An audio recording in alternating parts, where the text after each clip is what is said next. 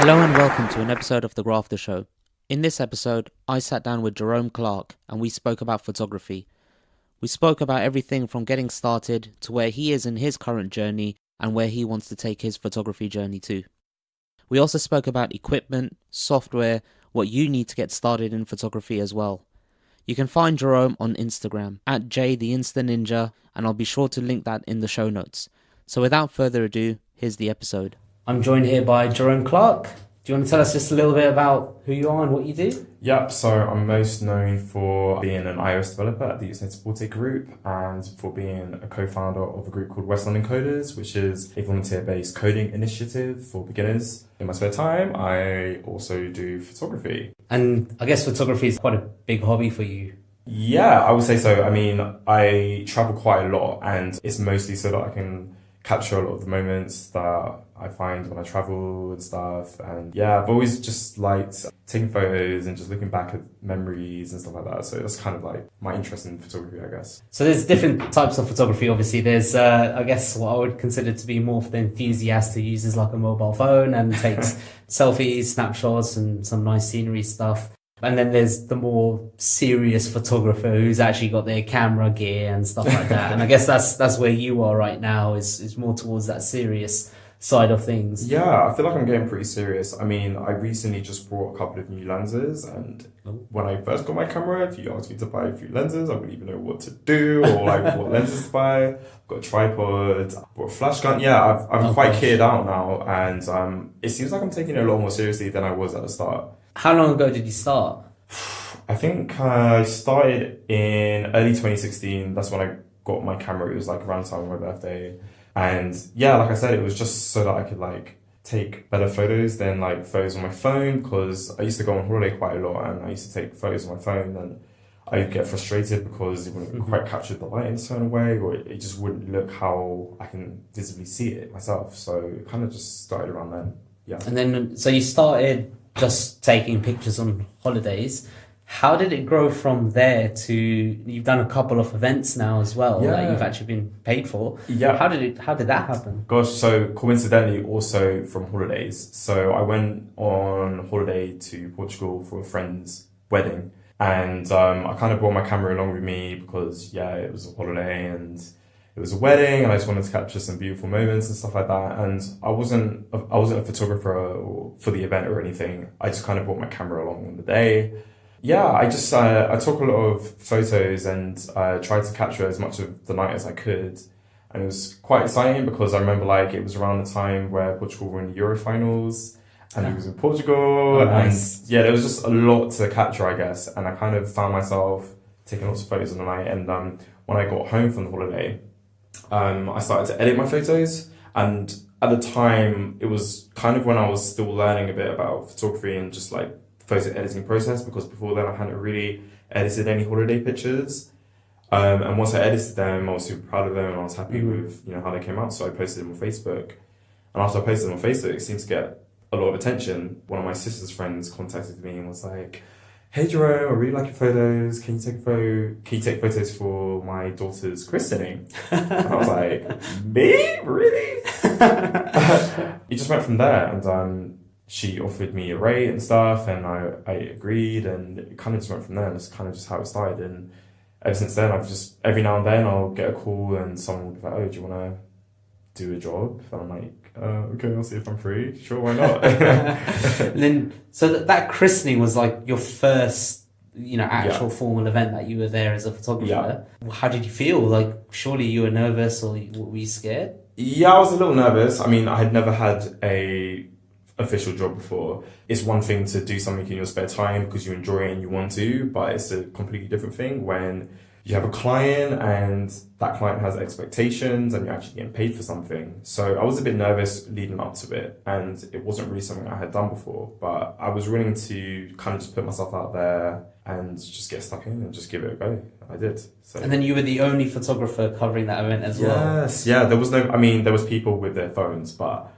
no official photographer with a camera with that level of responsibility. So it was all me that night. And then did you do anything to kind of prepare yourself for that? I really want to say yes, But no, I didn't really prepare for it. I mean, I asked her standard questions, just like, what type of shots do you want? Do you want anything organized?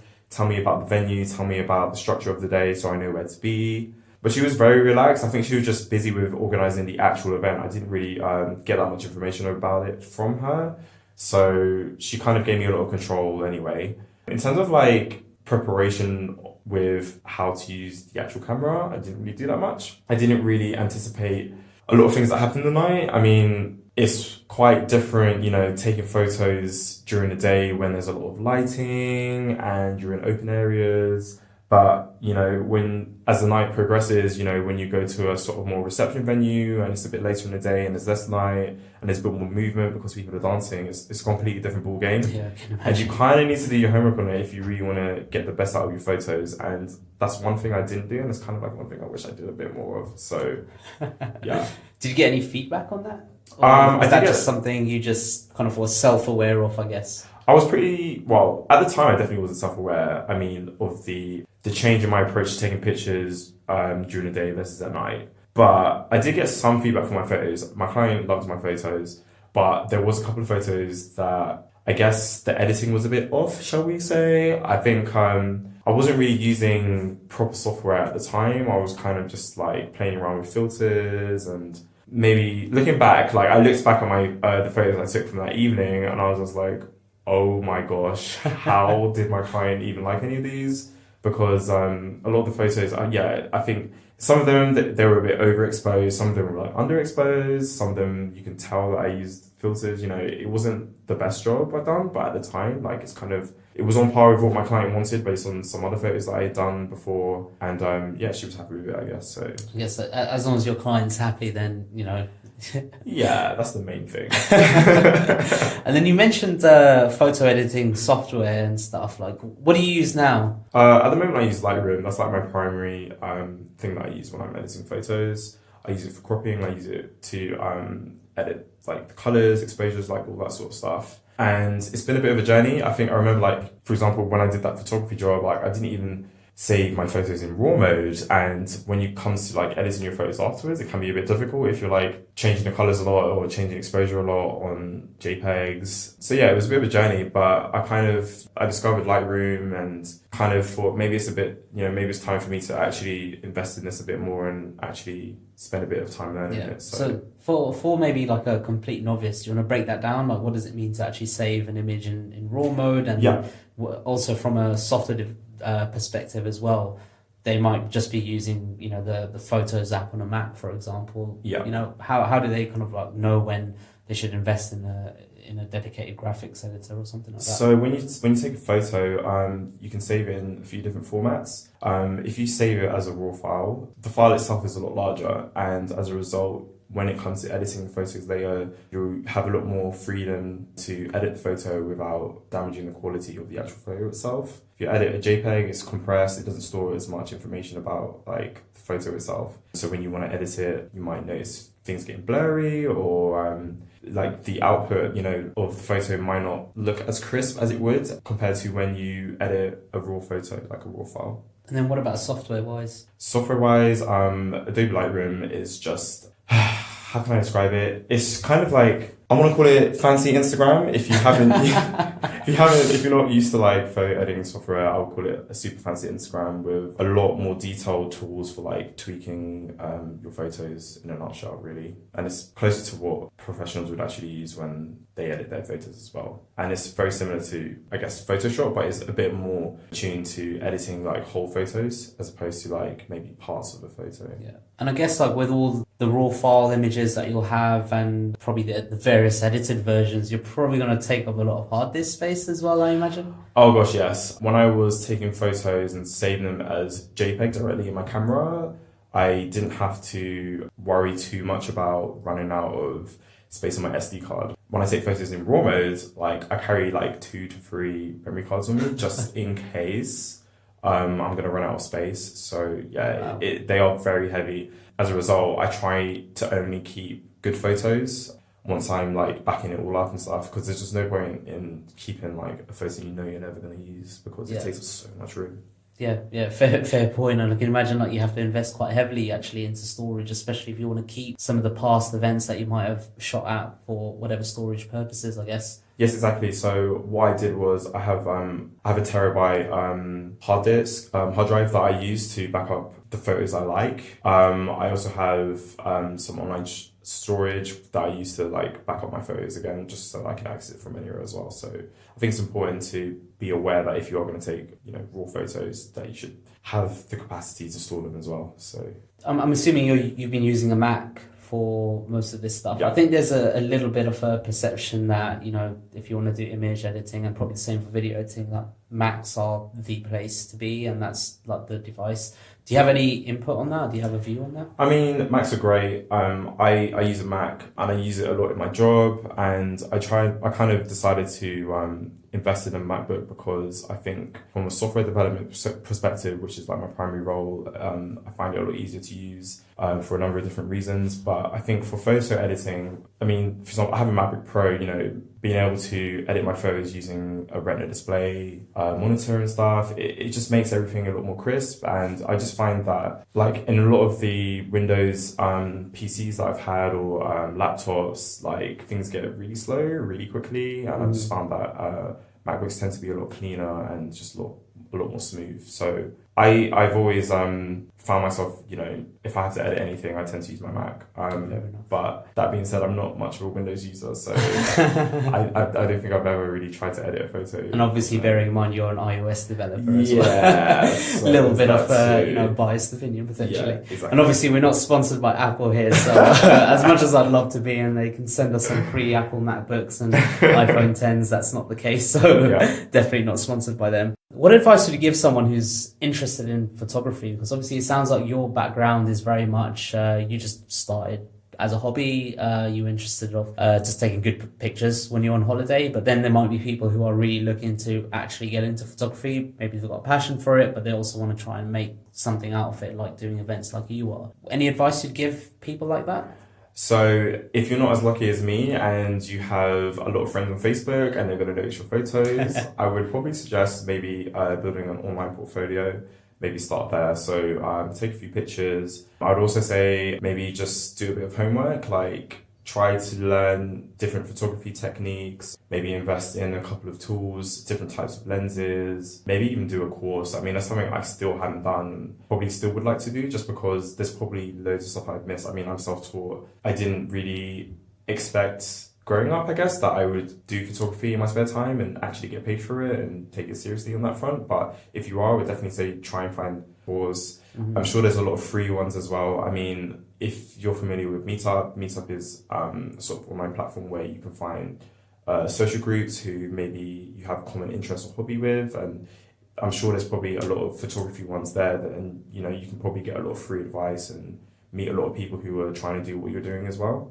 Other than that, not much else. I think, just kind of maybe just build a portfolio, do your homework, and just try and build your network. And then what about equipment? Because I think a lot of people probably stumble over and then probably see the price tags on some of these cameras and just get put off by that. Yeah. So equipment can be pricey, but I would say just stick within your budget. I mean, you might want to start off with a nice fancy camera to begin with, but to be honest, if you want to learn the basics and if you're just starting out, you don't need a high-end camera straight away. You don't, I guess, need to worry too much about branding as well. So like I have a Canon EOS 100D and it kind of caters to all my needs. And I guess like one of the things that I thought going into photography was, if I got a Canon, all my lenses also need to be Canon, but that's not actually the case. You can get much more affordable brands that can probably deliver images of a similar quality. So kind of, be a bit more clever with your budgeting and your money and just kind of keep your eyes open to ways you can save money like that.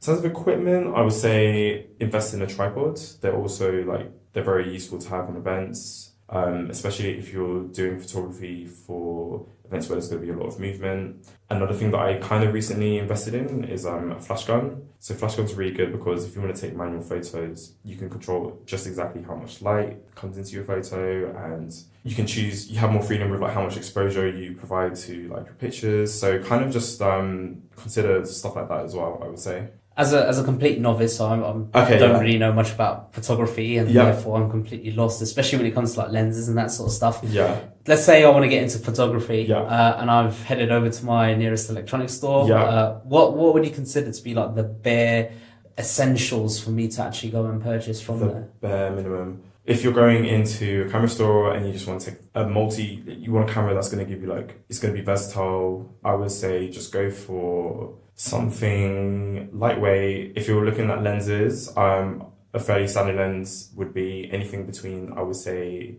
18 to 55 millimeters. This will make sense when you actually start looking at lenses later on. But the lens, like the diameter of the lenses is just more to do with like how much zoom you can, how much you can zoom into your photos. And 18 to 55 is like something in between that is fairly standard and is very versatile. You can take a lot of different types of photos with that. And yeah, just get an SD card. I think that's pretty much it, really. Okay, so it sounds like just a couple of things that they need to purchase there. And obviously don't try to break the bank by the sound of it straight off the bat. Try to get something which is within their budget, and obviously something which is pretty much doing the bare minimum to start with and learn from that. And then hopefully they can get some events and some cash and invest a bit more similarly to what you've done in further equipment. If you could go back and potentially redo that first event that you did for your sister's friend's daughter, son? Daughter, yeah. Daughter's christening. What would you do differently? From an editing perspective, I'd probably just get another human being to look at them and just ask them if they look okay. Because looking back, I definitely don't think they are. Maybe I wouldn't rush to finish them as well. I think I could have spent a bit more time editing them as well. I kind of offered this anyway, but I said to my client, like, yeah, have a look at these photos, I've done them. If there's any you want me to go over, I'm more than happy to do that for free because, this is my first time and stuff. Yeah, my client was happy with them, so I didn't really have to go over too much or anything like that, but that's probably what I would do. And then have you done anything differently for subsequent events that you've done since then? Yes, so other than changing the software that I use, I think I spend a bit more time with my clients now and just kind of understanding like what sort of photos they actually want from the day. And instead of just kind of agreeing with them, I kind of just give them a bit more direction. I guess because I've done it a few times now, I can say, I don't think this is a good idea, or I think the lighting is better here. Like I've learned to be a bit more confident in my approach and in my way of suggesting, ways to make better photos. And as well, like I remember like the first couple of times I did a few jobs, I'd be quite nervous to voice my concerns with the photos. Like I remember like one event I did, the lighting was very dark to the point where, focusing the camera was really difficult because I just physically couldn't see people. And I think the old Jerome probably wouldn't have been as confident to say, can we just like increase the lighting a bit? I know this is your event, but we need to, if you want good photos, we should do that. But that's something that I'm able to do now because I feel a bit more confident. And sometimes you just got to tell your client how it is. Like if you want good photos, you kind of need to. Yeah. So I guess actually just being confident to actually do that communication with your client, so you're kind of having clear expectations both ways. And then obviously if you actually need anything from your side to actually voice that as well is probably pretty key to getting some good shots. So okay. So you've talked a bit about like the equipment side and the software side. I actually really want to touch on smartphone stuff as well. Oh, okay. So obviously in this day and age, there's always so much emphasis on like the iPhone 10 now with the amazing camera, and recently like the Galaxy S9 from Samsung's like been touted as being one of the best cameras, and Google Pixel 2 and whatnot. Do you think for like a newcomer, is it actually feasible to use a smartphone in this day and age as a camera to at least make that entry into photography to some degree? In a way, yes, because like I said at the start, I mean, I used to just take photos on my camera, but bear in mind this was a couple of years ago, and like cameras on phones weren't as advanced. But I've been really impressed with certain features that you have on like a lot of modern day smartphones, like portrait mode, iPhones. Like I look at those photos and I'm just like, what? Like maybe I should upgrade my phone and then just stop just doing use this. that. Yeah. But then bear in mind that let's say you go into a job and you just pull out your iPhone 10 or whatever. I don't think you're going to get as much respect from your clients or that you deserve or would want.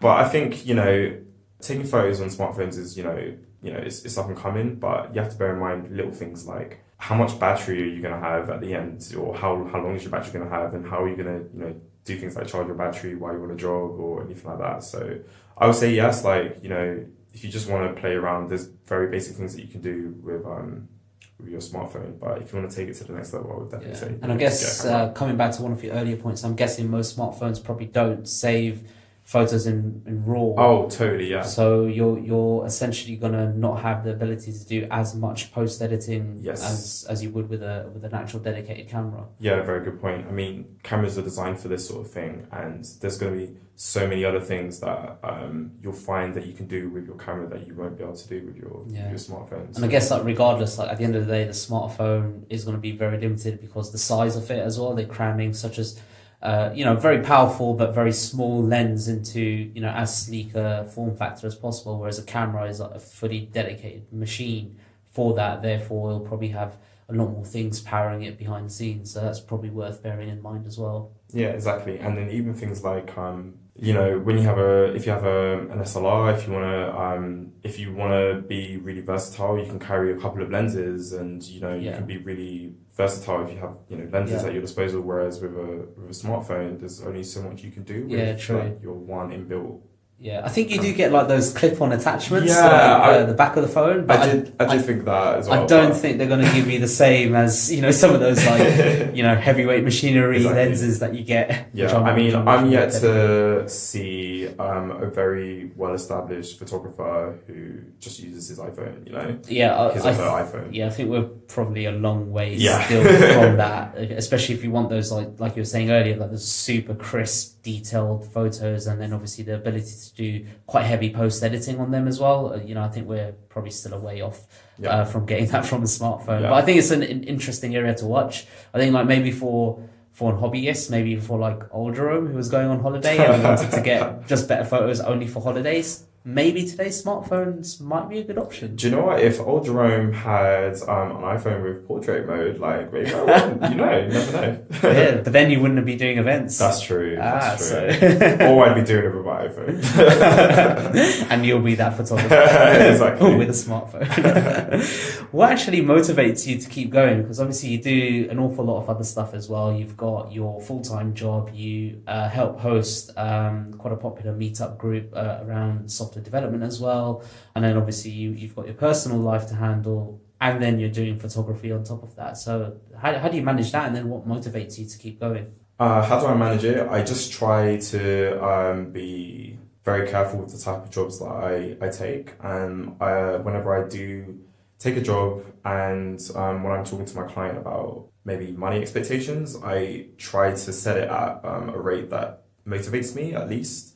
But I think just in general, my thing with photography is you can get really into it really quickly. I mean, I love seeing what comes out of it. It's a bit it's very similar to my passion for software. I like that with software, you're kind of creating something out of nothing. Mm-hmm. And I like seeing the end product after you've spent, a couple of hours, working towards something. It's a similar thing with photography. I kind of knowing that I'm at an event, I've got an idea of what kind of shots I want, and, actually taking those shots and seeing them at the end and editing them and trying to get the most and the best out of them. Yeah. And there's nothing more satisfying than seeing a really happy client that looks at those photos and thinks, this is a good job. I'm really happy with that. And then I guess that's what motivates me. So I guess you're using maybe the process, and then also maybe the kind of fee that you charge a client, both as a way of motivating yourself, but then also kind of selectively choosing maybe what jobs you do, and therefore managing your time that way as well, I guess. Yeah, so in terms of managing my time, I try to just do jobs on a weekend when possible. I'm happy to do jobs on a weekday, but you have to bear in mind things like I'll have to take a day off for this, I love photography, but I'm very aware that it's just something that I do on the side, and my primary focus is, my day-to-day job and my commitments with West London Coders. Yeah. So I think it's important to just be self-aware of your time and don't take anything on, don't bite more than you can chew, just think of it like that.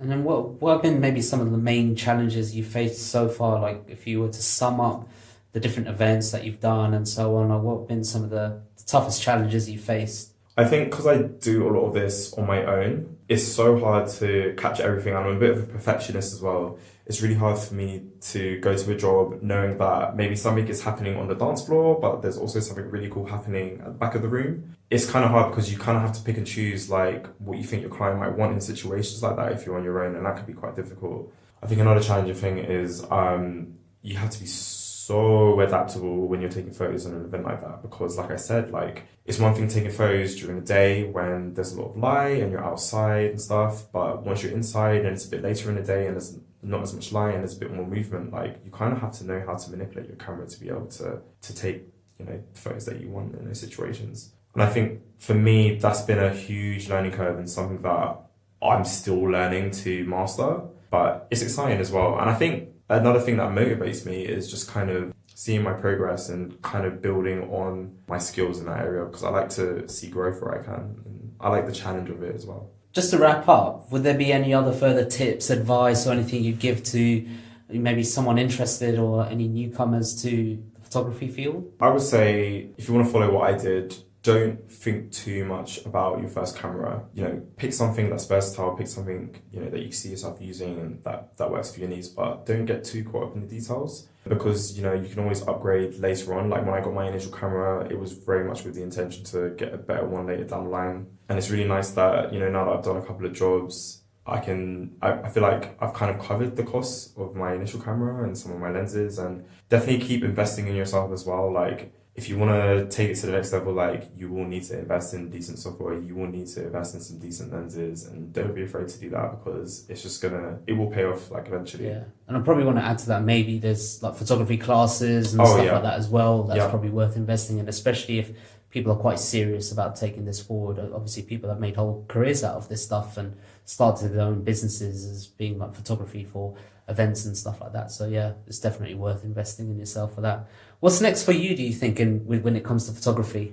Oh, that's a good question. I think what's next for me is I'm starting to get to a stage where I think I want to do this a bit more often. But before I do, I definitely want to do a bit more self-study about it, because I think the more jobs I do, the more I learn things, you know, the more I learn that I don't know, if that makes sense. And I think I just kind of want to just maybe do a course and just get myself to a level where I feel like I know a bit more. I think I want to create an online portfolio as well, just so that it's easier to show potential clients, the sort of work that I've done. Because one thing that I really hate at the moment is like a lot of my content is on online drives and like there's random photos from Facebook, and then if there is a client who wants to see some of my previous work, I'm just like, oh, you can look here, and I'll just send you this as well, you know.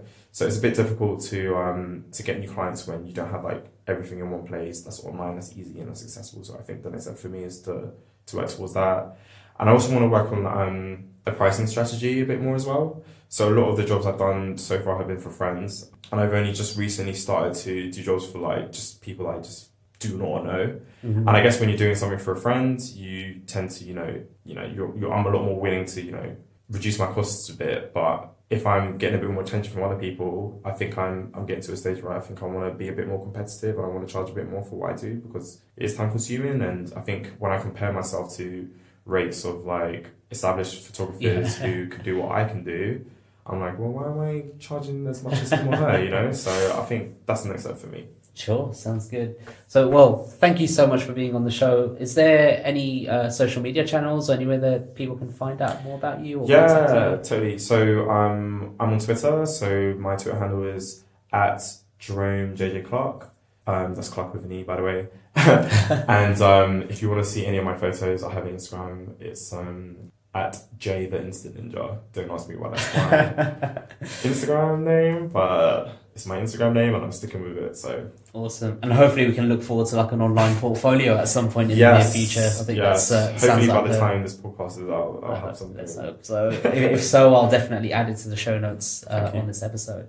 Thanks so much for listening. So this episode and more episodes will be available on thegraftershow.com. Do get in touch. If you've got any feedback, you can find my contact details on thegraftershow.com. There's obviously an Instagram account just called The Grafter Show, where you'll find lots of motivational and inspirational quotes and other posts. We'll also start getting various bits of snippets from this episode with Jerome and other episodes as well out there, so you can actually consume a few bits of those content straight from Instagram. But obviously, to get the whole episode, you're going to need to listen to it here and download it. Thank you very much for listening, and goodbye.